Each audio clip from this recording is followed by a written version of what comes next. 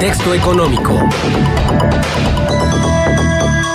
Daniel, qué gusto saludarte, bienvenido, buenos días. ¿Qué tal? Buenos días, Marcela, buenos días al licenciado Ceballos y a los radioescuchas de Contextos. Bueno, hablando en el terreno económico, fíjate que el viernes de la semana pasada salió la información respecto al índice de confianza del consumidor que presenta el INEGI en nuestro país, y la información es que al mes de julio se presentó un incremento en la confianza del consumidor del 14.8%.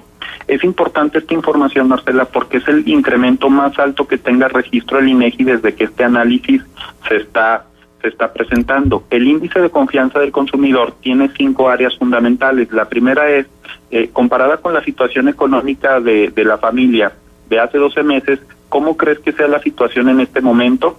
¿Cómo considera usted que será la situación económica de los miembros de los hogares dentro de 12 meses respecto a la actual? ¿Cómo se considera la situación económica del país hoy en día comparada con la de hace 12 meses? ¿Cómo considera que será la condición económica para los próximos 12 meses en el país? Y comparado con la situación actual, con la de hace un año, ¿cómo se considera el momento actual, diferentes posibilidades, ¿no? De comprar, de rentar, etcétera.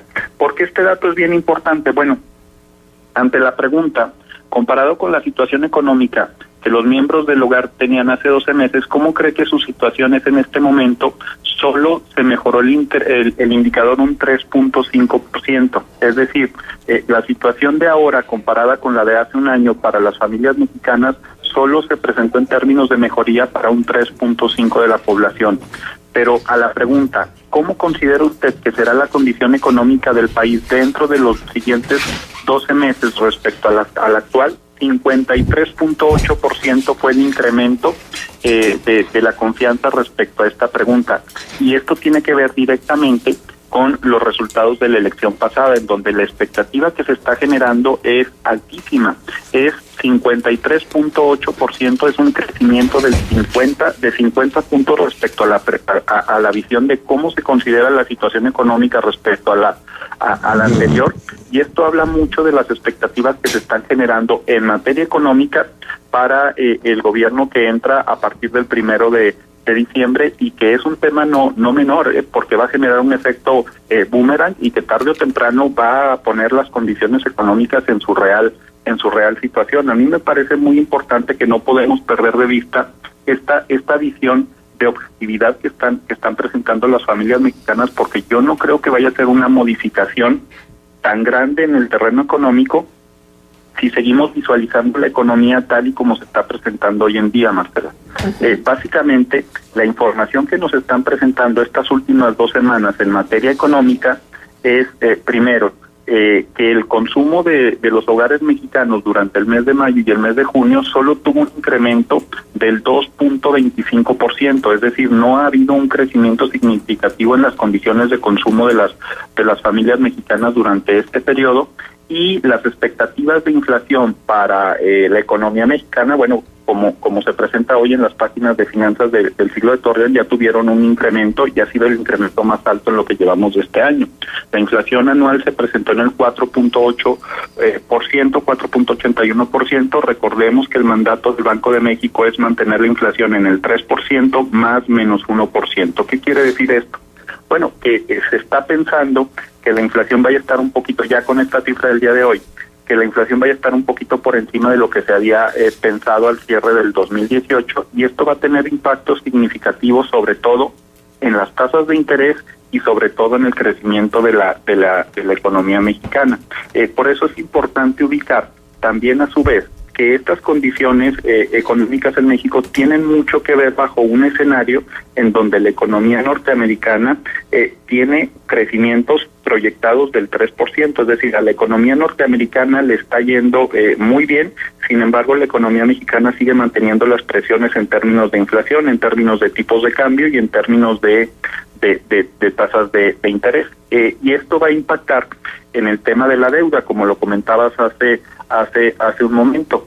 Recordemos para los radioescuchas que según los criterios de política económica 2018 se esperaba que las tasas de referencia en nuestro país cerraran en 7.75%, la tasa de referencia del Banco de México. Hoy estamos en el 7.75%, recordarán que se incrementó en el mes de junio, pero la expectativa con esta inflación es que pueda cerrar entre el 8 y el 8.25%, con un impacto directo y significativo en el endeudamiento del país, en donde las alzas de estas tasas podrían generar mayor costo para las finanzas públicas y reducir los presupuestos y el gasto que ejerzan tanto gobierno federal como estatales y municipales. Estamos hablando que el servicio de deuda, por estos temas económicos de los que estamos hablando, ha tenido en este año un incremento del 11.6%, muy superior al crecimiento de la inflación por la expectativa ya de antes de que cerrara el año, la tasa de interés llegara al 7.75. Ahora, un par de incrementos más, como los refiere la Fed en Estados Unidos, el Banco de la Reserva Federal, podía generar incrementos adicionales en la economía mexicana, generando un impacto en los bolsillos de los mexicanos, pero también en las finanzas públicas. ¿Por qué ante escenarios en donde nuestro principal socio comercial, en donde esperaríamos que si empieza a tener crecimiento económico tuviera un impacto positivo a la economía mexicana, por qué no podemos lograr en el terreno económico que esta confianza del consumidor después de un proceso electoral se vaya a visualizar en mayor crecimiento económico? Me parece que tiene que ver, Marcela, con que se sigue visualizando la economía de la misma manera que hace 30 años, y aquí son 3 consideraciones que yo tendría que hacer. Para poder hablar de una transformación verdaderamente significativa en la economía mexicana, primero tendríamos que ver que el nuevo gobierno no hablara de su principal objetivo de la inflación, sino que definiera que es en verdad el crecimiento económico la prioridad del próximo gobierno. Y esto es significativo porque los últimos 5 gobiernos en México han dicho claramente que el objetivo es el control de la inflación, no porque no sea importante, sino porque te habla de que las condiciones o las relaciones económicas pueden empezar a transformarse. La segunda consideración que se tendría que hacer para poder pensar o repensar la economía mexicana tendría que ver con que debería empezar ya un debate por parte del Banco de México y los especialistas en economía para cambiar el mandato de ley del Banco de México, en donde el objetivo no sea exclusivamente la inflación.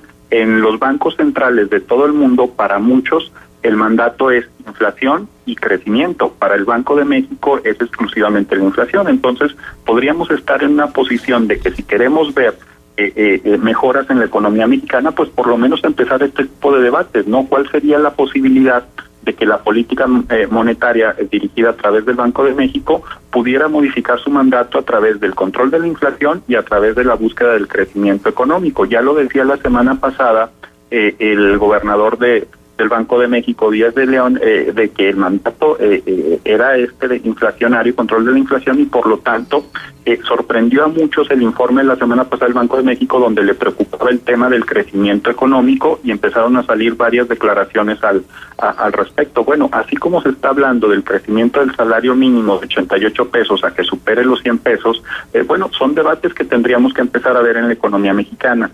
Y el tercer aspecto que deberíamos de empezar a considerar es el Consejo Fiscal, en donde las decisiones de política fiscal no dependan exclusivamente del Ejecutivo Federal a través de la Secretaría de Hacienda y Crédito Público y de el secretario de Hacienda, que como sabemos es una decisión directa del próximo gobierno, sino que a través de un consejo de especialistas, un consejo fiscal, se pueda estar visualizando la forma en que se gasta y que se reoriente significativamente el gasto. ¿Por qué planteo esta situación, Marcela? Porque en el 2013 el 9.6% respecto al PIB se obtenía por concepto de recaudación. Para el 2017, esto con la reforma, ya se obtenía el 13.1% de recaudación respecto al PIB, es decir, se incrementó 3.5% del PIB de recaudación de impuestos, pero esto no se ha reflejado en el crecimiento económico, en donde tenemos promedios del 2%, y esto definitivamente tiene que ver con la forma en cómo se ha gastado, la forma como se ha endeudado y la forma en cómo se ha incrementado la burocracia durante el sexenio actual. Entonces, hablar de modificaciones en la economía mexicana habla de la transformación de fondo de las relaciones económicas en este país, y me parece que por lo menos podríamos empezar a discutir el tema de los consejos fiscales para la regulación de la política fiscal más efectiva, el tema del objetivo primordial de la política monetaria a través del Banco de México, en donde no solo sea inflación, sino inflación y crecimiento, y la definición del próximo gobierno federal, en donde el objetivo será crecimiento, y que sería ya una diferencia significativa de los últimos gobiernos que han definido a la economía mexicana como su principal objetivo a través de la inflación. Bien, pues muy completa tu información. Muchísimas gracias, Daniel, por tu presencia con nosotros en Contextos. Estamos a las órdenes. Hasta luego.